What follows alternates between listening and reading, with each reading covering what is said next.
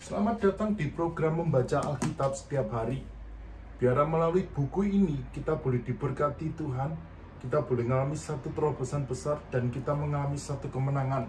Biar setiap hari melalui program ini nama Tuhan ditinggikan dan boleh menguatkan dan boleh menjadi berkat bagi Bapak Ibu semuanya dimanapun yang berada, sedang apapun berada, bisa mendengarkan melalui channel ini. Nama Tuhan yang besar ada dalam kehidupan kita semua. Tuhan Yesus memberkati.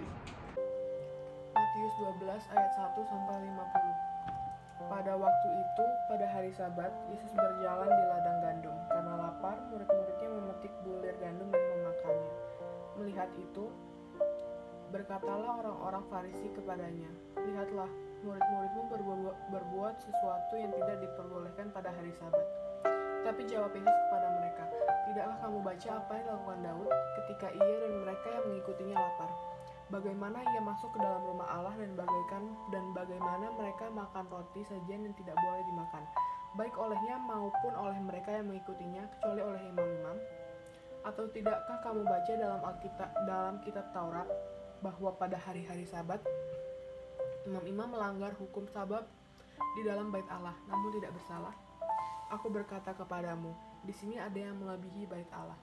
Jika memang kamu mengerti maksud firman ini, yang ku kehendaki ialah belas kasihan dan bukan persembahan. Tentu kamu tidak menghukum orang yang tidak bersalah, karena Anak Manusia adalah Tuhan atas hari Sabat." Setelah pergi dari sana, Yesus masuk ke rumah ibadat mereka. Di situ ada seorang yang mati sebelum tangannya. Mereka bertanya kepadanya, "Bolehkah menyembuhkan orang pada hari Sabat?" Maksud mereka ialah supaya dapat mempersalahkan dia. Tapi Yesus berkata kepada mereka, "Jika seorang dari antara kamu mempunyai seekor domba, dan domba itu terjatuh di dalam lubang pada hari Sabat, tidakkah ia akan menangkapnya dan mengeluarkannya?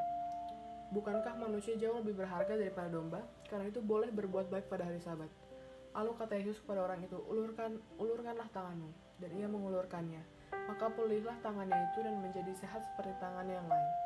Lalu keluarlah orang-orang Farisi itu dan bersekongkol untuk membunuh dia. Tapi Yesus mengetahui maksud mereka lalu menyingkir dari sana.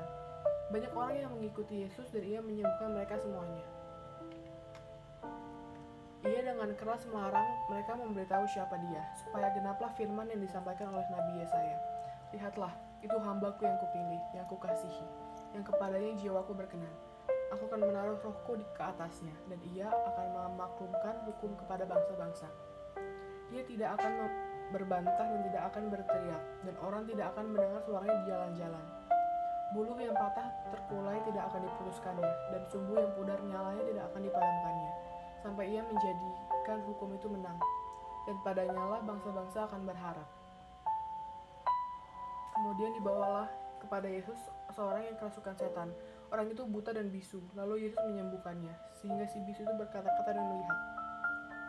Maka takjublah sekalian orang banyak itu. Katanya, "Ia ini agaknya anak Daud." Tetapi ketika orang Farisi mendengarnya, mereka berkata, "Dengan Beelzebul, penghulu setan, ia mengusir setan." Tetapi Yesus mengetahui pikiran mereka, lalu berkata kepada mereka, "Setiap kerajaan yang terpecah-pecah pasti binasa, dan setiap kota atau rumah tangga yang terpecah-pecah tidak dapat bertahan.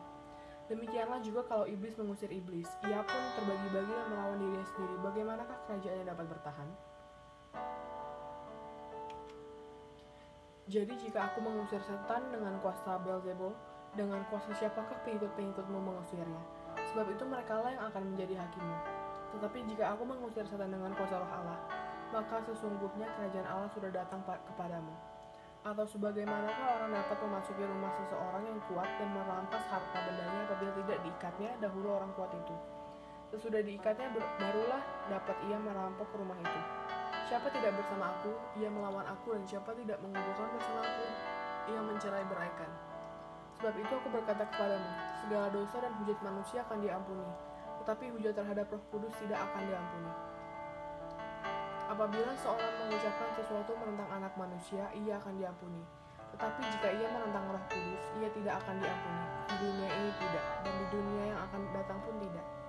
Jikalau suatu pohon kamu katakan baik, maka baik pula buahnya. Jikalau suatu pohon kamu katakan tidak baik, maka tidak baik pula buahnya. sebab dari buahnya pohon itu dikenal. Hai kamu keturunan ular beludak, bagaimanakah kamu dapat mengucapkan hal-hal yang baik, sedangkan kamu sendiri jahat? Karena yang diucapkan mulut meluap dari hati. Orang yang baik mengeluarkan hal-hal yang baik dari perbendaharaannya yang baik, dan orang yang jahat melakukan hal-hal yang jahat dari perbendaharaannya yang jahat. Tetapi aku berkata kepadamu, setiap kata sia-sia yang diucapkan orang harus dipertanggungjawabkan pada hari penghakiman. Karena menurut ucapanmu engkau akan dibenarkan, dan menurut ucapanmu pula engkau akan dihukum. Pada waktu itu berkatalah beberapa ahli Taurat dan orang Farisi kepada Yesus, Guru, kami ingin melihat suatu tanda daripadamu. Tetapi jawabnya kepada mereka, angkatan yang jahat dan tidak setia ini menuntut suatu tanda. Tetapi kepada mereka tidak akan dibenarkan tanda selain tanda Nabi Yunus. Sebab seperti Yunus tinggal di dalam perut ikan 3 hari 3 malam, demikian juga anak manusia akan tinggal dalam rahim bumi 3 hari 3 malam. Pada waktu penghakiman, orang-orang Niniwe akan bangkit bersama angkatan ini dan menghukumnya juga. Sebab orang Niniwe itu bertobat setelah mendengar pemberitaan Yunus, dan sesungguhnya yang ada di sini lebih daripada Yunus. Pada waktu penghakiman, ratu dari selatan itu akan bangkit bersama angkatan ini, dan ia akan menghukumnya juga. Sebab ratu ini datang dari ujung bumi untuk mendengar hikmat Salomo, dan sesungguhnya yang ada di sini lebih daripada Salomo.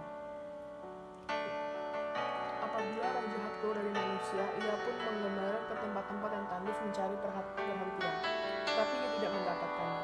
Lalu ia berkata, aku akan kembali ke rumah yang telah kutinggalkan itu. Maka pergilah ia dan mendapati rumah itu kosong, bersih, tersapu, dan rapi teratur. Lalu ia keluar dan mengajak 7 orang lainnya yang lebih jahat daripadanya, dan mereka masuk dan berdiam di situ. Maka akhirnya keadaan orang itu lebih buruk daripada keadaan semula. Demikian juga akan berlaku atas angkatan yang jahat ini. Ketika Yesus masih berbicara dengan orang baik itu, ibunya dan saudara-saudaranya berdiri di luar dan berusaha menemui dia. Maka seorang berkata kepadanya, lihatlah, ibumu dan saudara-saudaramu ada di luar dan berusaha menemui engkau. Tetapi jawab Yesus pada orang yang menyampaikan berita itu kepadanya, siapa ibuku dan siapa saudara-saudaraku? Lalu katanya, sambil menunjuk ke arah murid-muridnya, ini ibuku dan saudara-saudaraku. Sebab siapapun yang melakukan kehendak Bapakku di surga, dialah saudaraku laki-laki, dialah saudaraku perempuan, dialah ibuku.